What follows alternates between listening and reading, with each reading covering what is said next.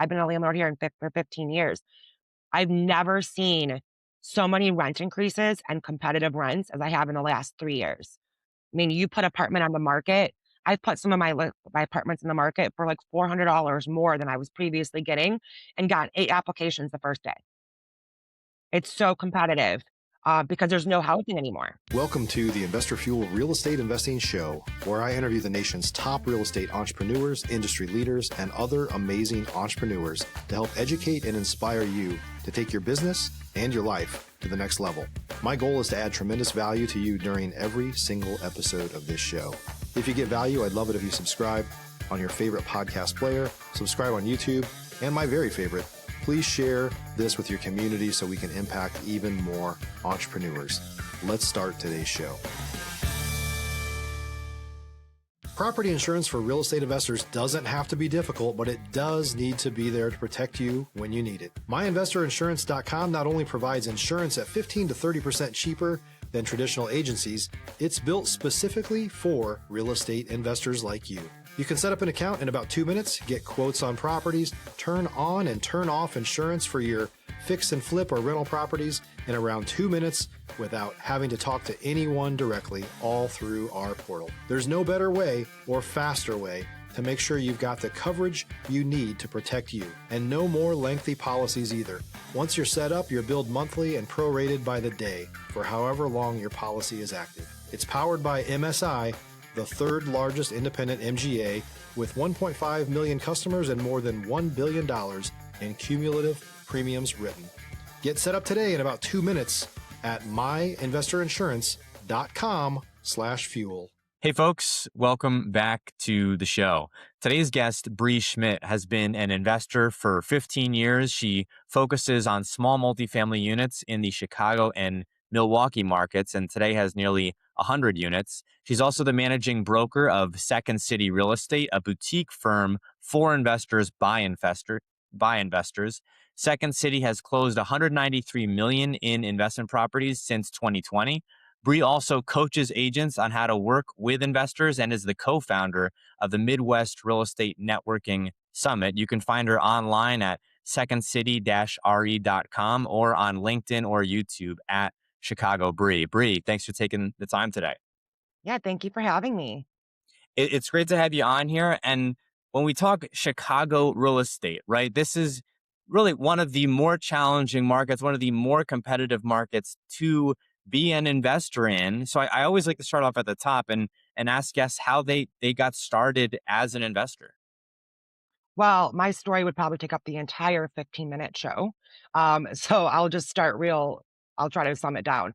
I used to be a normal person who had normal conversations with people about, what was in The Bachelor last night or the sports game. And then I got bit by the real estate bug.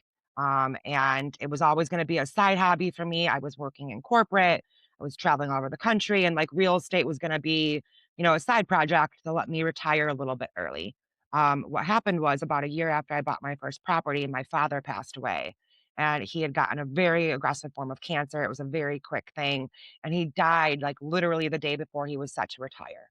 And it like really messed with me internally because I just kept hearing his voice talk about, I'm going to retire after you get married. I'm going to retire after your brother finishes his PhD. And then when I retire, like, here's all the things I'm going to go do with my life.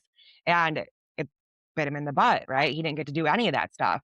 So there I was in my late 20s, working 60 hours a week, traveling all over the country for work, being like, crap, like I get my, stupid 2-week vacation to do nothing with. And I'm going to end up like him, like never able to Yeah. do what I Yeah. wanted to do with my life. So that's kind of what fueled my, my path into real estate even more. So we bought another property and then 6 months later bought another property. And then I ended up quitting my job. I bought 18 properties in 9 months, took on some partners, bought another 10 properties in the next 9 months, and just kept growing the portfolio from there. And it's been, over a decade since I did that. And now I couldn't imagine my life any different. When we talk about getting into the space, right? I mean, that first year, 18 months, even 2 years can feel like just, a crash course in real estate. Did you have when you think about when you were going from corporate to real estate, did you have, you know, someone that was a mentor? Did you have people in your life, did family, friends that were involved in the space? Or was this a leap of faith of you saying, hey, I think there's something here for me? Stop living on an island and join the #1 mastermind in America for professional real estate investors. Investor Fuel is a community of hundreds of the nation's top investors working together to build stronger businesses and better lives.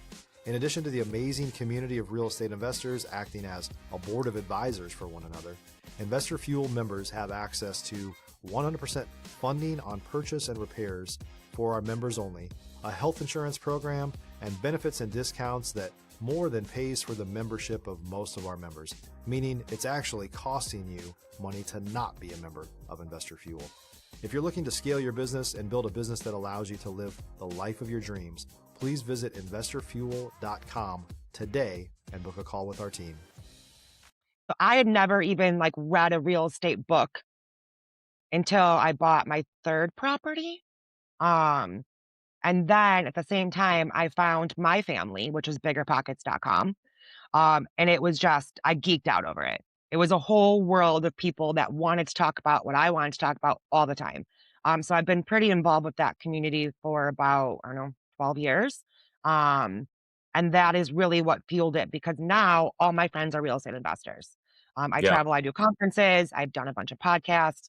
And like it has become my world through them and like finding my people.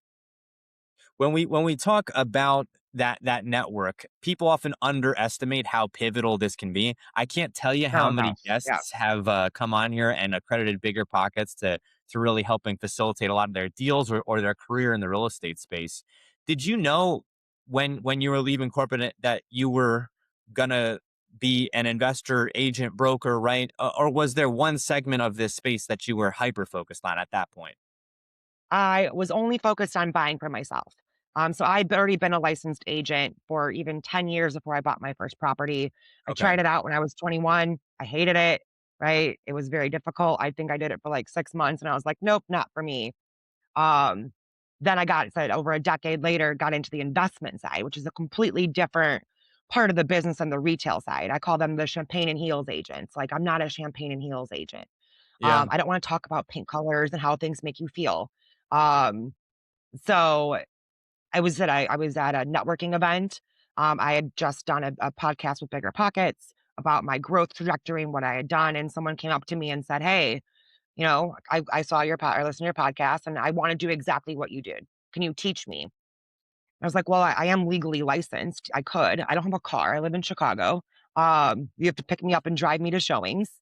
And that's how the agent side of things happen, is like people just kept coming up to me at events and asking like, "Hey, I heard you helped so and so with their property. Can you help me too?" So for the first, I don't know, 2, 3 years as I was building up my portfolio, I was in Milwaukee, which is about, an hour and a half drive each way. I was up in Milwaukee pretty much every week. I would like spend the night up there usually twice a month and like run through the properties in the portfolio and all that stuff. And then I was driving back to Chicago.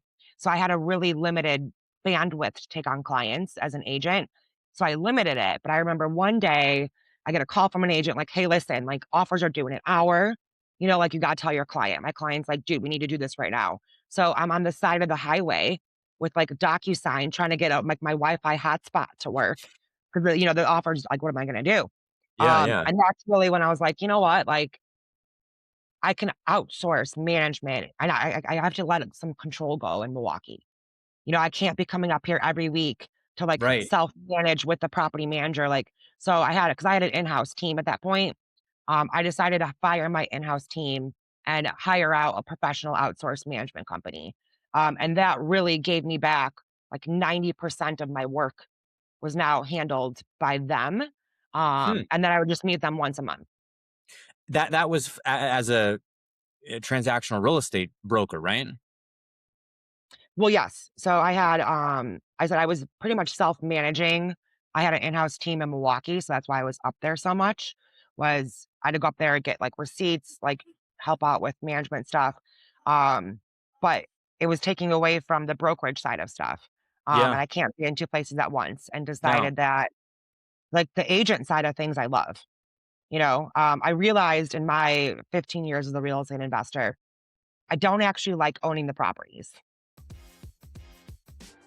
If you're looking for consistent, high quality leads, look no further than Investor Machine. Investor Machine isn't just another agency, it's the most sophisticated, data driven lead generation company on the planet for real estate investors, and serves the role of being not just a lead generator for your business, but a marketing partner that is helping you achieve your goals along the way.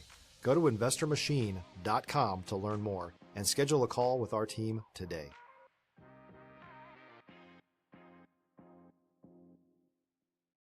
So I like finding the properties. I like the underwriting, the analyzing, right? The strategy. Like, hey, if we could, update this, we can increase rents by that. Like that part is what excites me. Once I actually own the property, it's not very fun for me. So Tenant millets, right? oh, I mean, I've had crazy stories, but so this then allows me to do what I enjoy doing every day, which is the strategy, the analysis, the upfront stuff. And then I actually get paid to do it. Yeah, Uh, yeah. When we talk specifically about the small multifamily space, 2 to 4 units, right? I know you're active in that space. There's also I've seen a lot of interest from other segments of real estate, fix and flip. Folks who may traditionally be doing, let's say, short term rentals, into looking at some larger deals, whether that's 2 to 4 units or 5 to 10 units. And I've especially been seeing this where I'm licensed in Texas because of how cost effective new homes are. If you're strictly looking at the out the door number on a HUD, and DR Horton and Lennar are making homes for $240,000, it's tough to be a flipper. So I've seen folks look at some of these other segments. How did you niche down into that small multifamily segment? so it has a lot to do with our housing stock. So our markets are very, very different. In the Chicago market, in the actual city, depending on the neighborhood, between 50 and 70% of all housing types are 2 to 4 unit properties. So we don't do single family rentals here. A single family rental, I mean, a single family house here costs upwards of $800,000 usually, Yeah, and would rent for $4,000 a month. Like, why would you do that when you can buy a 3 unit for $800,000 a month and then each unit rents for $2,000? So it has a lot to do with our housing stock more than anything else, because finding 2 to 4 unit properties here is like shooting fish in a barrel. We don't have new construction homes here. The yep, closest new construction development that I know of is like an hour and a half away from us, because we don't have land to build. So it's a very different market dynamic versus your market. Typically, when you're dealing with 2 to 4 units, you're dealing with C class assets, right? yeah. And you don't have a large supply of them versus our market. So that's more than anything like why I got into it, was because that's what 90% of investors buy here. Is 2 to 4 unit properties. Now, are folks predominantly putting these on year-to-year leases? Are people doing, midterm rentals? Is there an STR element of it when you're looking at 2 to 4 units? So, as you mentioned in the very beginning, Chicago can be a difficult market. Um, and that is one of the things. We had an Airbnb ordinance implemented, I think, in 2016, but they weren't actually enforcing the ordinance to the letter of the ordinance. So you were allowed to have one Airbnb per address, essentially, if you had a small 5 unit or 5 building and under. That is not how the ordinance was written.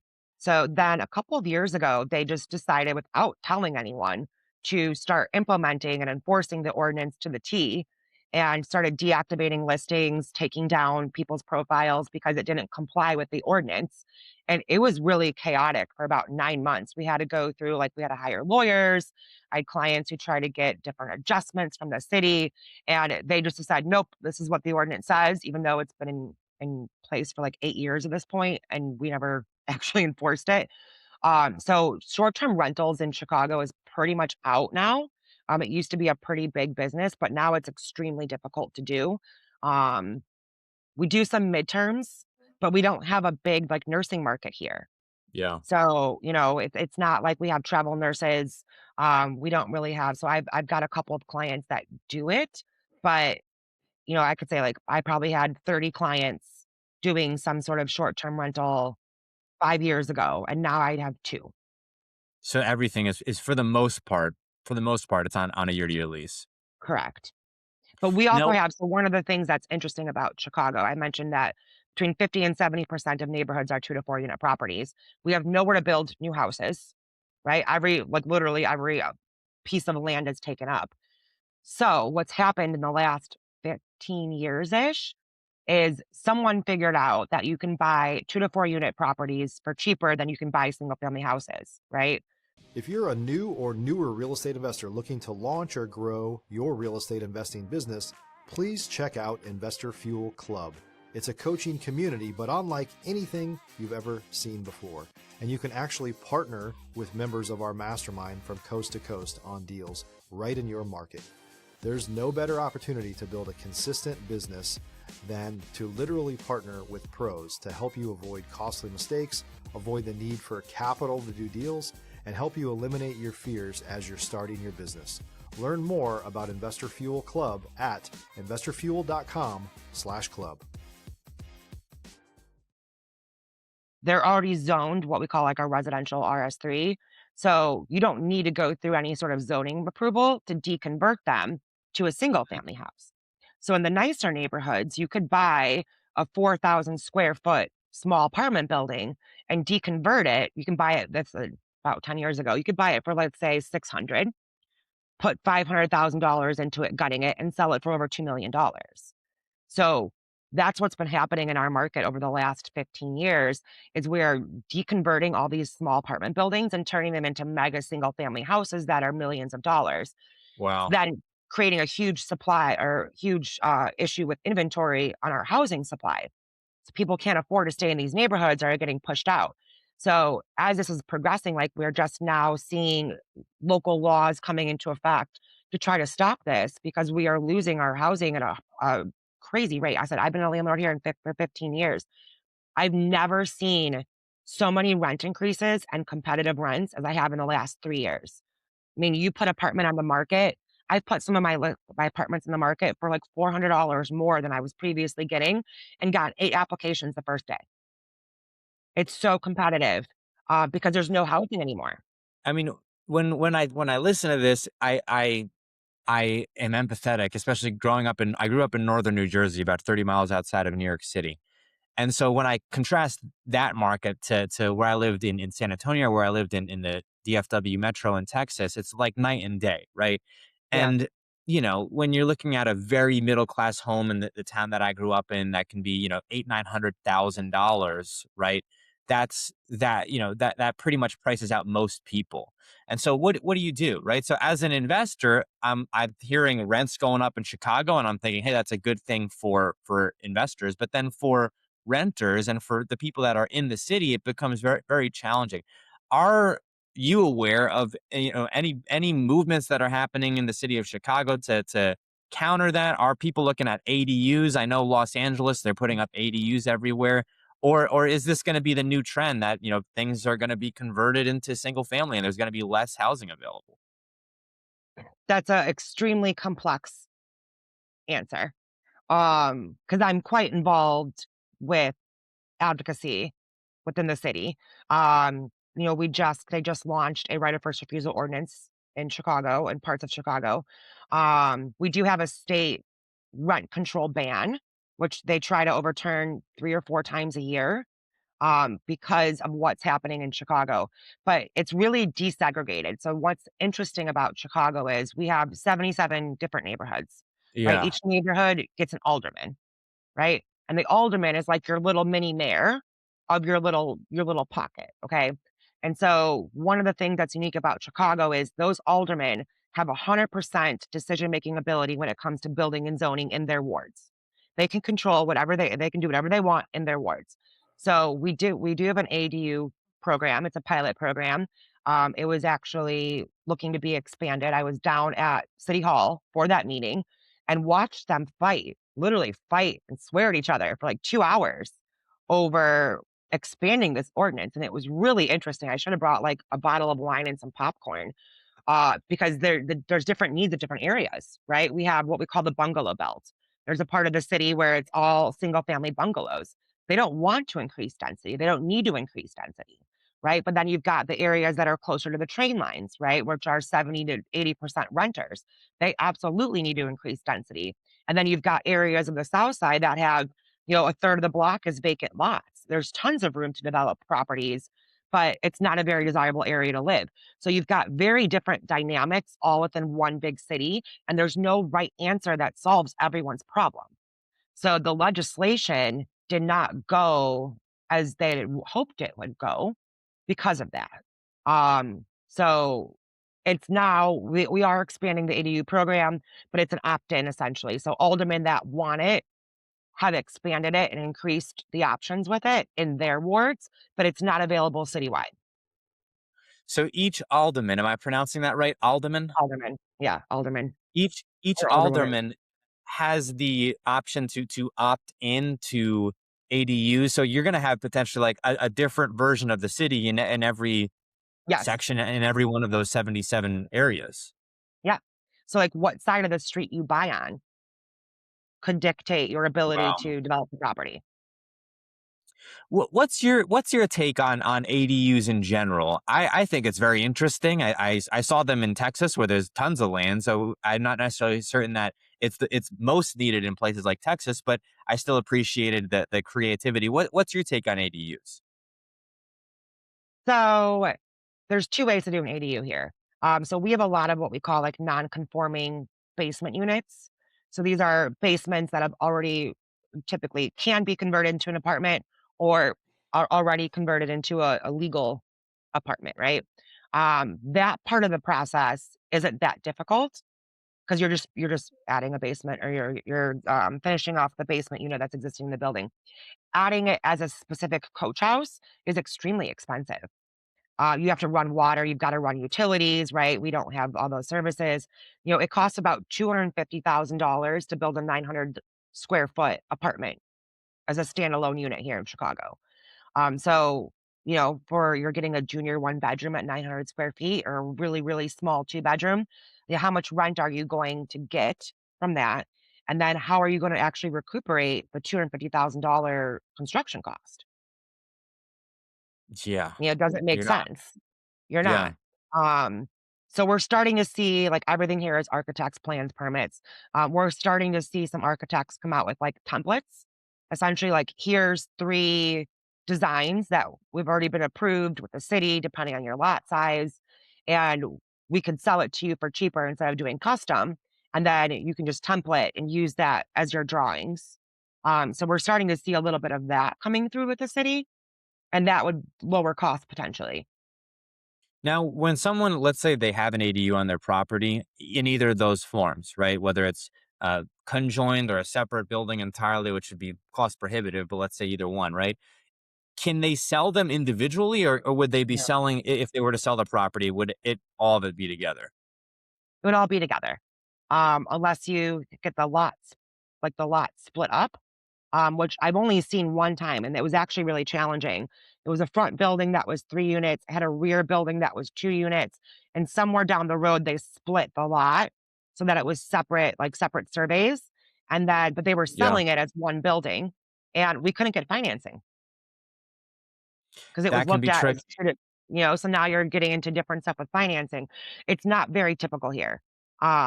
You'll see all of our lots, we are 25-foot wide, 125 deep, is like the standard Chicago lot, so they're really skinny and long. So there's room for a second building on the back, and some of them do have them, it's just not very common, but usually it's sold as 1 building, 1 lot. For our audience who's outside of the Chicago market, what will rents range for an average one bedroom apartment? Depends on what part of the city you're in. Said Chicago's really large. Yeah. Um I think it's like 300 square miles, just city proper. So it could be $700 a month. It could be $5,000 a month. It's a really, Okay. So really large a lot of range depending on difference. where you are. Typically on the north side of Chicago, which is where I deal with, it's pretty solid, like B plus, A minus class. A typical building will, let's say, you can buy it for $800,000 if it's renovated, and you're looking at about 6,000-ish, 6,500 in rents. So we sit pretty solid at a 6% cap rate here.